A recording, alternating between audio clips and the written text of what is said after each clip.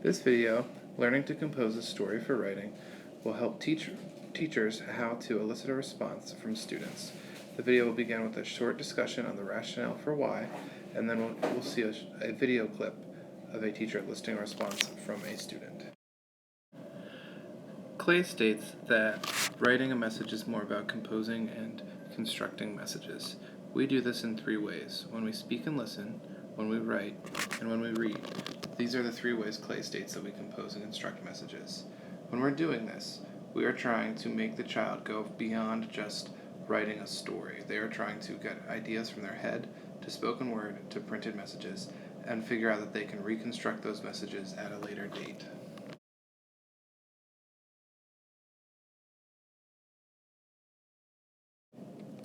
Clay states that this process could be a lengthy one. There is no quick way to extend language, but the main goal is that the student should be writing as much as they can independently. It should be cooperative. For example, if they're struggling to write a word, you could write it and then stop and say, "This word needs an E. Could you put an E there?" and allow the student to write it, so they are taking ownership of the process. These stories are more accurately long sentences or sentences, as these are struggling readers at the early stage of reading.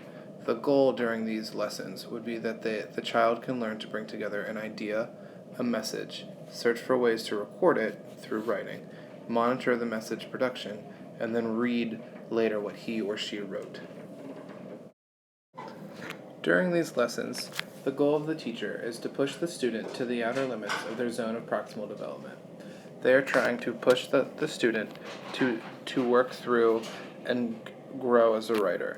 In the beginning, they may just simply repeat the sentence. For example, if the student said, "I love my family," the teacher would be okay with that. However, Clay states that as the lessons go on, you would want to add more to move the child from simple to complex sentences. For example, if they said, "Grandpa took us to the fire station," the teacher would push for, "When Grandpa took us to the fire station, we had a ride on the fire truck." Finally, by the end, a student, instead of writing the simple sentence, "I got a bee sting on my foot," the teacher and the student will work together so that the student would be able to write, "3 days ago, I got a bee sting on my foot while I was playing outside."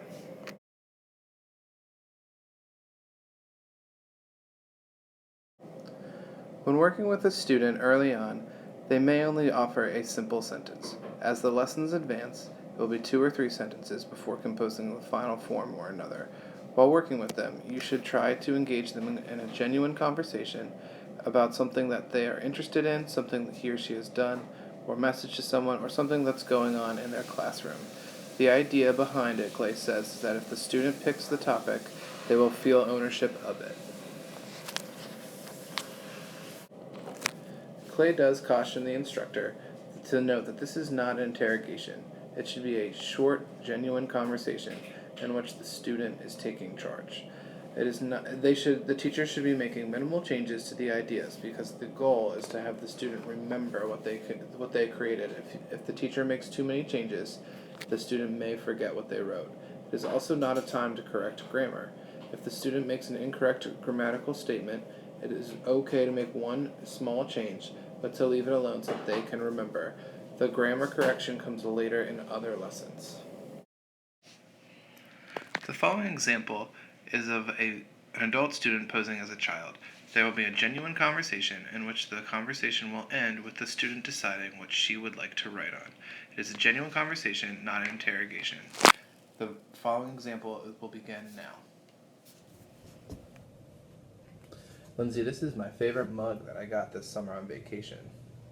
Oh, I know all these people. Can I hold it? Sure. I know all these people. Donald, Goofy, Minnie. Oh, Ariel, she's my favorite.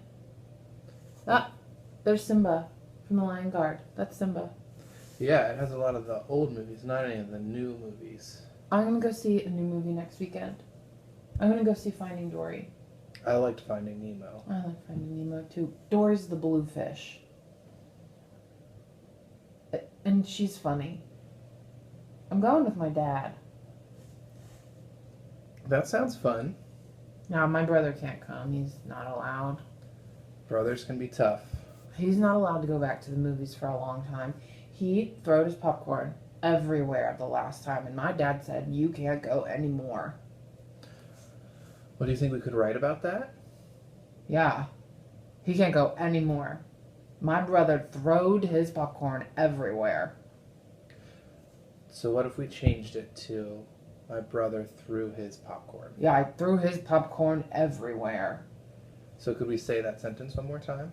My brother My brother. My brother threw his popcorn everywhere. All right. So you think we could write that? Yeah, let's write it. So what was it one more time? My brother threw his popcorn everywhere. Sounds great. The preceding video was an example of a student arriving at an original sentence through genuine conversation. There was not an interrogation, and the teacher provided very few questions, in fact only asking, could we write about that?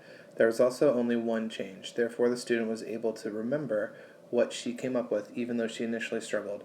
In the end she was able to compose the message and should be able to recall it at a later date.